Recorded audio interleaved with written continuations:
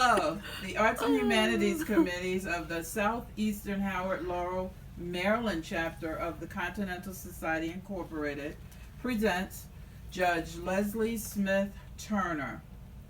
This interview is on behalf of the Women's History Month. Hello, Judge Turner. How are you today? I'm fine, thank you. Thank you so much for taking time out of your busy schedule to talk to me. And I want to thank my Continental sisters for selecting me to pay tribute to, selecting me and my artwork to pay tribute to Women's History Month. It's really an honor, and I really appreciate it. No problem. I remember living at 106 East Berkeley Avenue in South Norfolk, Virginia. That's now Chesapeake. And my parents lived with my maternal grandparents. And 106 East Berkeley Avenue was on a dirt road. I remember my bedroom. It was in the middle, on the second floor, in the middle of the house. On one side was my parents' bedroom, and on the other side was my grandparents' bedroom. And I felt very secure in the middle bedroom. Across the street from my grandmother's house was my great-grandmother's house. Her name was Molly Burrell Faulkner. And because everybody at 106 worked during the day, I spent a lot of time with Molly Faulkner. Molly Faulkner's house was on the same street, but hers was in Norfolk, and we were in South Norfolk. Hers had cobblestones. Our street had cobblestones. Ours didn't. I have lots of memories about childhood. I've had a really great childhood. The neighborhood was a segregated neighborhood, and we were self-contained.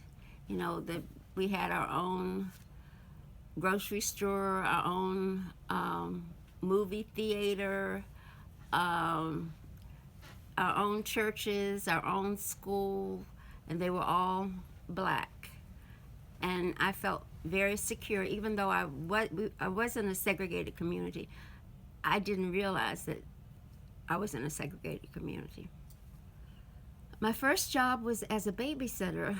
When I was 9 years old, my father built a house in another section of Norfolk called Broadway. And so I was in a total different community, and I was babysitting for a physician in the community.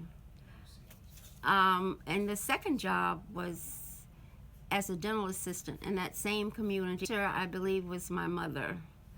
She was the first in her family to graduate from college, and she taught me in the 4th grade.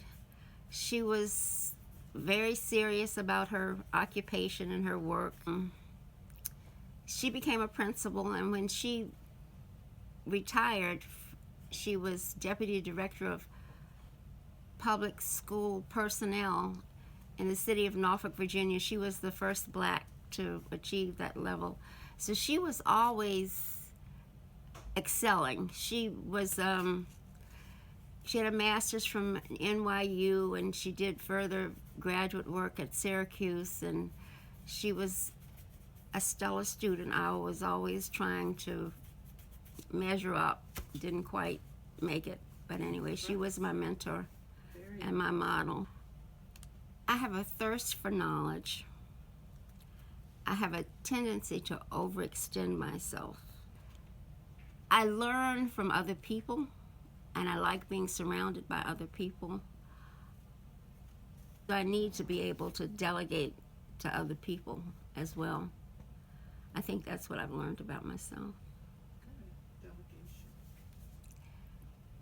I'm told it was an honor, but I was usually the first, and if not the first, the only. And that tended to be very lonely. I was the first deputy or chief assistant counsel for, initially it was Immigration Naturalization Services, INS, and then it became Homeland Security in Baltimore. And I held that position as the only black for 16 years. As a matter of fact, I was there for 13 years. Fortunately, the last 2 years, I was able to bring another black attorney in from Howard County. But we were only 2. Before that, I think at the state's attorney's office in Howard County, I was assistant state's attorney. I was the only black at the time. There had been other blacks that preceded me, but when I got there, I was the only one.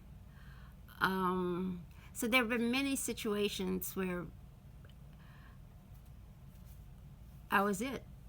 And to me, that was a form of discrimination in the sense that nobody else was hired.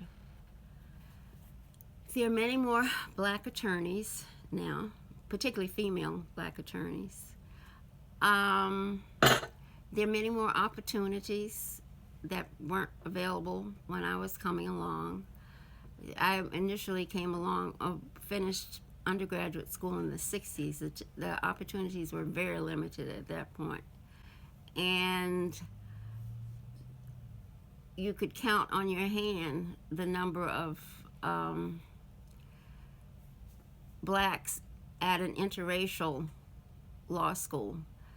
I went to Howard University initially, and then I left there when I married, dropped out that really. And then I returned to the University of Maryland. I watched my mother prepare for her classes, and she was always doing some sort of creative, artistic stuff to demonstrate a point or present a geography lesson. She was an elementary school teacher. Oh, I just marveled at her work. I watched other people who had art talents, and I was in awe of that. I guess my first real art instruction was as an exchange student at my junior year in college at Pomona College in Southern California. I signed up for an art class, and it was really a shock because in this art class we had live models and they were nude, and I hadn't been exposed to that. So I never really developed a great talent for getting detail. I have a son who does beautiful work in terms of getting portrait details, but I'm more of a landscape artist or fruit and object artist. But then when I left Pomona, my senior year, and when I returned to Fisk University, I studied under Aaron Douglas, who was a muralist, and he was a part of the Harlem Renaissance. And was a very famous man, and I was very fortunate to study under him my senior year at Fisk. So he was quite an influence on me. And thereafter, wherever I went, if I had the time or could fit it in and found an art course, I took it because I like art. Very good. Not only do I have educators in my family, but particularly on the paternal side, I had a couple of lawyers in the family, a couple of judges in the family, and my favorite aunt was a psychiatric social worker. She's still living, and she was a school psychologist, and she also had treated clients in her home. I guess the reason I was torn when I wanted to go beyond the master's degree in psychology, about whether to pursue a doctorate in psychology or a law degree. And I thought about it, and it occurred to me that black people are more likely to frequent lawyers than they are, unfortunately, to frequent psychologists. So since I wanted to be able to support myself, I decided I would go to law school. Got it. I think the Continentals chose me. I think it's Muriel Mitchell, who is a friend of mine, and I think she asked me to join. And I was impressed with the mission of the Continentals and their activities, their facets. Their, what it's called, HAIR, and it's HEER, plus Arts and Humanities. H stands for health, E is for employment, the other E is for education, and R is for recreation, and of course there's the Arts and Humanities component. And the focus is to expose young people and do things that will enhance their lives. So I was impressed, and I've enjoyed them. I've enjoyed the sisterhood and the activities over the years. I've been one since 2011. Reason I have an affinity for P words. And I think whenever you're undertaking anything, when you're pursuing your career or you're in school, the P words have served me well. Try and be positive about what you do. When you encounter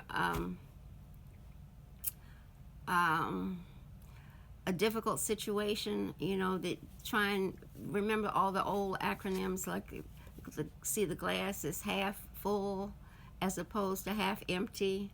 Always look for the best in even a bad situation. Another P word is prepare. Be thorough and exacting. Practice, plan, set goals and objectives and follow them, all right? And I guess the final P word is persevere. Work hard at whatever it is you want to do. And I keep referring to he's full of wisdom, my younger son. He says, do what you want to do or what makes you happy. So, and you're likely to fare better at doing something if you really like what you're doing. And then even if you don't like it, try and psych yourself into thinking that you like it until you can get someplace better. Okay? So those are my words: positive, prepare, and persevere. The happiest time was the period when I was raising my children. They were lots of fun. As a matter of fact, when I was a child, that's all I wanted to do was be a mother, one of 6 children, 3 boys and 3 girls. I didn't have any girls, but I had 2 boys that kept me very, very busy. But we always had fun, all of us together. Are you an only child? Yes. There are many things that I'm proud of. When I was in college, I was selected as who's who in American colleges and universities. So that's one thing that I'm proud of. Later in life, I was selected or nominated and selected here in Maryland as one of Maryland's top 100 women 3 times, to 1999, 2001, and I think it was 2013. And then I was inducted into the Daily Records Circle of Excellence. So, and eventually I was selected as chief judge, or appointed chief judge by Governor O'Malley. It's for the offense court, Howard County Offense Court. Finally, I guess the most recent I gave my mother a 75th birthday party. I did that with my stepfather. He and I and a surrogate sister gave my mother a 75th birthday party, and it was at the hospital where he was on the staff. Mother's first birthday party. In 75 years, she had never had a birthday party. So that made me very happy. And then I gave my mom a 100th birthday party, and I did that by myself, solo. She was dead in less than a year after that. But the city of Norfolk named a day after her and gave her a proclamation at a birthday party. And the mayor of Virginia Beach came twice to the birthday party. He was there in the morning, and then he left and came back in the afternoon. So I guess those are the highlights of my life.